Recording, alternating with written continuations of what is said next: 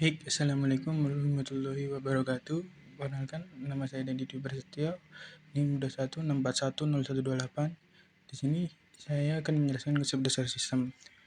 Yang pertama yaitu konsep dasar sistem sendiri itu sistem dalam pandangan secara umum adalah sekumpulan benda yang memiliki hubungan di antara mereka. Kata sistem sendiri berasal dari bahasa Latin yaitu sistema dan bahasa Yunani systema adalah suatu kesatuan yang terdiri dari komponen-komponen atau elemen yang dihubungkan bersama untuk memudahkan aliran informasi, materi, atau energi. Adapun menurut para ahli, yaitu menurut Raymond McLaren dan George Sell, yaitu sistem adalah sekelompok elemen-elemen yang terintegrasi dengan maksud yang sama untuk mencapai suatu tujuan.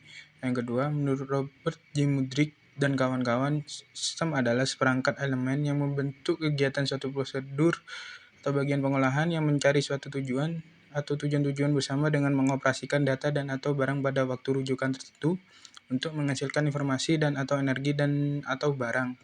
3. Menurut Ludwig van Barthelemy, sistem merupakan seperangkat unsur yang saling terkait dalam suatu antarrelasi.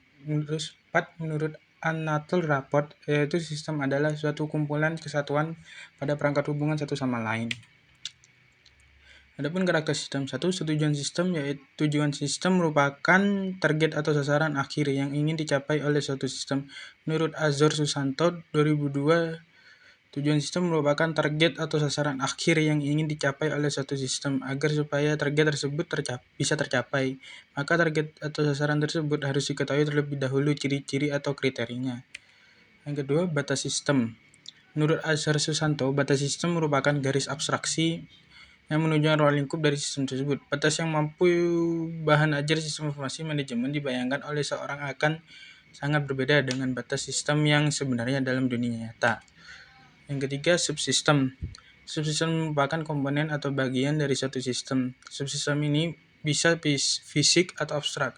Suatu sistem adalah istilah untuk menjelaskan bagian dari sistem. Setiap sistem mempunyai sifat-sifat dari sistem untuk menjalankan satu fungsi tertentu dan mempengaruhi proses sistem secara keseluruhan. Suatu sistem dapat mempunyai suatu sistem yang lebih besar yang disebut suprasistem. Yang keempat, hubungan sistem dan hierarki sistem. Dalam kebanyakan hal, hubungan sistem ini sangat menentukan terhadap keberhasilan suatu sistem karena dalam suatu sistem, katakanlah sistem perusahaan, bagaimana tujuan tersebut sistem dapat dicapai kalau bagian-bagian sistem yang ada di dalamnya tidak berhubungan baik atau bekerja sama.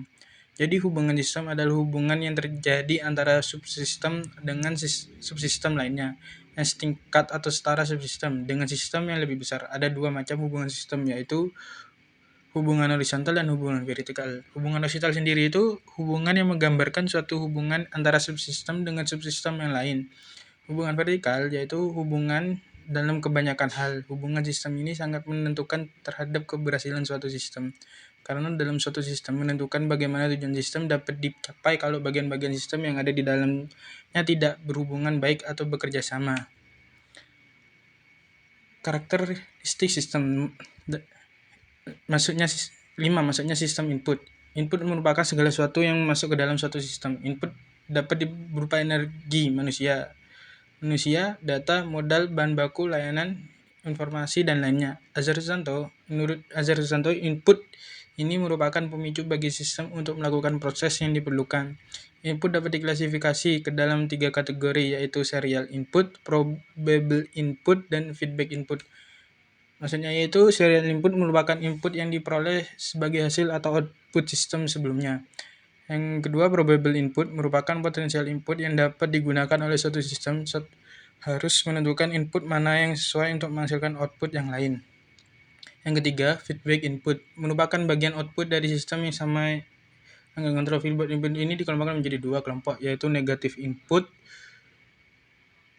feedback input dan positive feedback input. Negative feedback input yaitu digunakan sebagai alat kontrol untuk memperkecil. Positive feedback input digunakan sebagai alat kontrol untuk meningkatkan suatu. Misalnya, penjualan tahun ini dinilai terlalu kecil, maka nilai penjualan yang terlalu kecil ini akan digunakan sebagai input bagi sistem yang sama sehingga sistem akan meningkatkan nilai penjualan. 6. Pengolahan sistem atau proses. Proses merupakan perubahan dari input menjadi output. Proses ini mungkin dilakukan oleh mesin, orang, atau komputer. Proses kombinasi input serta urutan yang berbeda untuk menghasilkan output yang bermacam-macam menjadikan proses sangat kompleks. Proses mungkin berupa perakitan, transformasi, penggabungan, pengklasifikasian, perpaduan, dan lain sebagainya yang bertujuan untuk menghasilkan suatu macam output dari berbagai macam input yang disusun berdasarkan aturan tertentu. Yang ketujuh, keluaran sistem atau output. Output seperti halnya input yang memungkinkan berbentuk produk, servis, informasi dalam bentuk printout, komputer atau energi seperti output dari dinamo. Output merupakan hasil dari proses yang merupakan tujuan dari keberadaan sistem. Semua proses yang dilakukan oleh suatu sistem bisa menghasilkan lebih dari satu output. Output-output ini dapat diklasifikasikan menjadi 3 macam output, seperti output yang langsung diberikan ke konsumen atau untuk diproses lebih lanjut, atau output yang kedua, output satu sistem yang dikonsumsi oleh subsistem yang lain dalam sistem yang sama dalam suatu siklus produksi selanjutnya. Yang ketiga, output yang merupakan bagian dari output secara keseluruhan yang dapat dikonsumsi oleh sistem yang lainnya atau oleh sistem yang bersangkutan tetapi menjadi tidak berguna kalau dibuang ke lingkungannya. Yang kedelapan, lingkungan sistem. Yaitu lingkungan sistem merupakan faktor-faktor yang mempengaruhi sistem lingkungan. Sistem sendiri terdiri dari 2 macam, yaitu lingkungan eksternal, yaitu merupakan lingkungan yang berada di luar sistem. Yang kedua, lingkungan internal, yang lingkungan yang berada di dalam suatu sistem. Lingkungan sistem sendiri untuk mengetahui suatu sistem atau bukan antara lain dapat dilihat dari ciri-cirinya. Berdasarkan batasan sistem tersebut, dapat dikemukakan bahwa karakteristik sistem berkaitan dengan adanya elemen-elemen terdiri dari beberapa subsistem. Mempunyai batas sistem. Yang pertama, mempunyai batas sistem atau boundary, memiliki tujuan tertentu, adanya proses informasi, memiliki input, output, adanya saling ketergantungan, adanya saling interaksi melalui interference, adanya mekanisme pengendalian mempunyai sifat menyeluruh dan dalam lingkungan inference. Cara pandang sistem. Cara pandang sistem melihat operasi bisnis yang melekat dalam suatu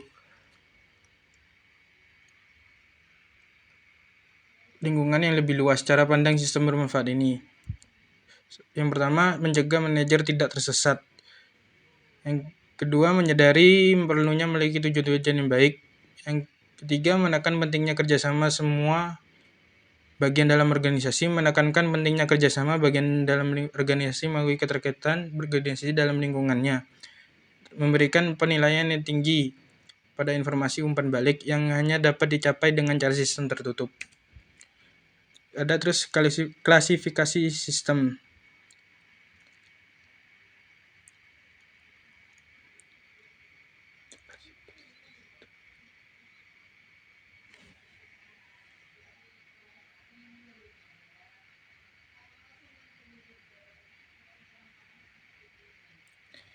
Menurut Azhar Susanto, sistem dapat diklasifikasi dari berbagai sudut pandang, diantaranya yaitu sudut pandang lingkungan. Yang pertama, sudut sistem terbuka adalah sistem bila aktivitas di dalam sistem tersebut dipengaruhi oleh lingkungan. Dan ada sistem tertutup, yaitu sistem yang bila aktivitas sistem tersebut tidak terpengaruhi oleh perubahan yang terjadi di lingkungannya. Yang kedua, sudut pandang dalam pembuatannya. Ada sistem buatan manusia dan sistem buatan ilmiah. Sistem buatan manusia yaitu sistem yang dirancang oleh manusia. Sistem alamiah yaitu sistem yang terjadi melalui proses alam, seperti sistem matahari, sistem angkasa, dan sistem reproduksi dan lain-lain. Yang ketiga, sudut pandang keberadaannya. Ada 2, yaitu sistem berjalan dan sistem konseptual. Sistem berjalan merupakan sistem yang saat ini digunakan.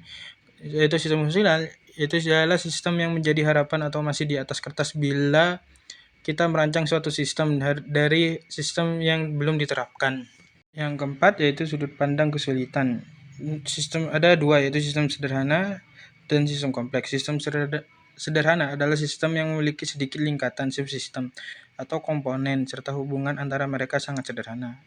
Yang kedua, sistem kompleks. Sistem kompleks ialah sistem yang memiliki banyak tingkatan dan subsistem atau komponen yang dihubungkan dalam berbagai cara. Yang kelima, sudut pandang output atau kinerjanya. Ada dua, yaitu sistem yang dapat dipastikan, ada sistem yang tidak dapat dipastikan. Maksudnya yaitu sistem yang dapat dipastikan artinya dapat ditentukan pada saat sistem dan sedang dibuat. Sistem yang tidak dapat dipastikan artinya tidak dapat ditentukan dari awal, tergantung kepada situasinya terhadap yang dihadapi, sejalan dengan pandangan di atas terhadap sebuah pandangan dalam dari sistem memberikan pemahaman bahwa sistem dapat berubah sejauh dalam kondisi waktu tertentu. Model dan pembuatan model. Menurut McLeod menyatakan model sebagai penyederhanaan atau abstraksi dari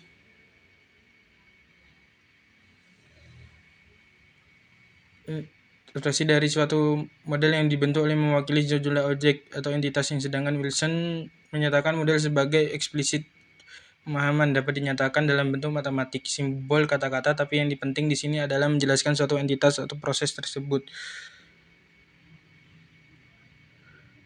Di sini ada beberapa jenis model, yaitu model fisik, yaitu penggambaran identitas dalam bentuk 3 dimensi, model naratif, penggambaran identitas dalam bentuk lisan atau tulisan, model grafik, penggambaran suatu entitas dalam pembentukan simbol garis atau bentuk, model matematika, penggambaran suatu entitas dalam bentuk persamaan atau formula matematika. Adapun juga manfaatnya, yaitu memperoleh model, memperkirakan masa depan, dan mempermudah komunikasi. Bahasa sistem. Bahasa merupakan alat untuk berkomunikasi. Bahasa ini terbentuk dari simbol-simbol yang disepakati bersama. Bahasa sistem ini merupakan alat untuk berkomunikasi antar sistem. Jadi kalau kita akan membuat suatu model agar model tersebut bisa komunikatif, maka model tersebut harus disampaikan. Di sini pun ada pendekatan sistem dalam pemecahan masalah. Pendekatan sistem merupakan suatu pendekatan sistematis yang digunakan untuk pemecahan masalah. Yang pertama, masalah penyebab dari suatu persoalan, gejala kondisi yang dihasilkan oleh masalah. Adapun tahap-tahap pemecahan masalah, yaitu satu, memandang perusahaan yang sebagai suatu sistem, mengenal sistem lingkungan, mengidentifikasi subsistem, perusahaan bergerak. 4, bergerak dari tingkat sistem ke subsistem atau top-down analysis. Yang kelima, menganalisis bagian-bagian sistem dalam suatu urutan tertentu. Yang keenam, mengidentifikasi berbagai alternatif solusi pemecahan masalah. Ketujuh, mengevaluasi berbagai alternatif atau solusi. Dan 8, memilih solusi terbaik. Ke-9, menerapkan solusi. Yang ke-10, membuat tindakan lanjut untuk memastikan bahwa solusi itu efektif. Pendekatan sistem menurut McLeod dari usaha persiapannya itu dari langkah 1 sampai 3. Definisinya 4 sampai 5. Solusinya yaitu 6 sampai 10. Terus pengendalian sistem. Pengendalian adalah proses untuk mengukur kinerja sekarang dan membimbingnya pada suatu sasaran yang ditetapkan, dengan kata lain untuk mencapai efektivitas pencapaian tujuan. Elemen kunci pengendalian. Untuk elemen kunci pengendalian sendiri ada 5. Tujuan dan standar maksud sasaran ditetapkan oleh terlebih dahulu, untuk mengukur kinerja, untuk membandingkan atau mendeteksi berbagai perbedaan, untuk mengoreksi dan menyesuaikan. Yang kelima, feedback dan feedback loop. Dan terima kasih. Mohon maaf ada salah kata. Wassalamualaikum warahmatullahi wabarakatuh.